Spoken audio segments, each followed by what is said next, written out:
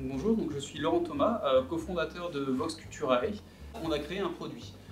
Ce produit, en fait, c'est une solution numérique qui a pour but de raconter des histoires de manière ludique. Nos clients, ce sont des sites du patrimoine, des musées, des offices du tourisme, des professionnels du tourisme. Et en fait, il va pouvoir s'approprier en manipulant l'espace et le temps. Et en fait, on va permettre de créer une passerelle entre le bagage culturel du visiteur et le monde dans lequel on veut l'emmener. Et c'est ça qui a le pouvoir aujourd'hui de générer de la curiosité. De ce fait, le visiteur va recueillir des informations qui font sens pour lui. Donc, si je prends un exemple, puisqu'ici on est à Angers, je prendrai l'histoire du château d'Angers. Ça pourrait permettre de raconter l'évolution du château et de la zone, en fait, d'un point de vue historique, pour permettre aux visiteurs de s'approprier un petit peu l'histoire de l'occupation des terrains par les ducs d'Anjou jusqu'à la création du château, sa destruction partielle, puis l'intégration un petit peu de l'époque avec la seigneurie, le royaume de France, puis l'utilisation plus tard qui est faite du château comme une prison et même comme une réserve, un dépôt de munitions. Ces histoires, ce sont nos clients qui vont les raconter. On met à disposition une interface qui permet de créer l'intégralité du contenu.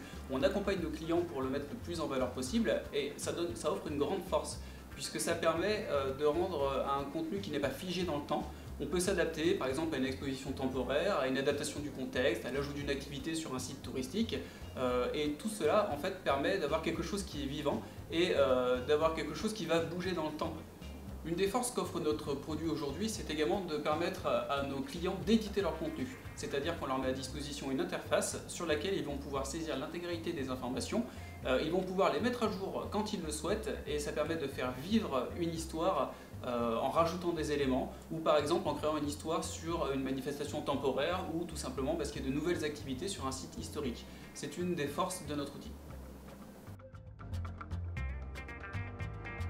Aujourd'hui, nous sommes en phase d'expérimentation et de commercialisation. Nous avons des expérimentations en cours et à venir et nous travaillons également avec notre premier client qui est l'Office de tourisme de Saumur pour mettre en valeur son patrimoine troglodytique en se servant de notre outil pour raconter son histoire.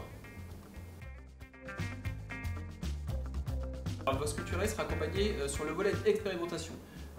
Aujourd'hui, c'est un vrai besoin. Nous avons besoin d'être accompagnés sur l'expérimentation pour deux raisons. La première, c'est que ça nous offre l'occasion de tester notre produit et de nous donner de la visibilité. Et la seconde, c'est que ça nous permet de nous enrichir et de recueillir les vrais avis des utilisateurs. Parce qu'on est convaincu que ce sont les utilisateurs qui font les produits et non l'inverse.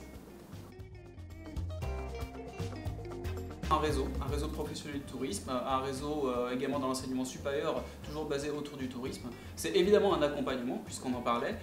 C'est également des rencontres, des personnages intéressants et beaucoup de choses à apprendre. Et enfin, c'est un enrichissement.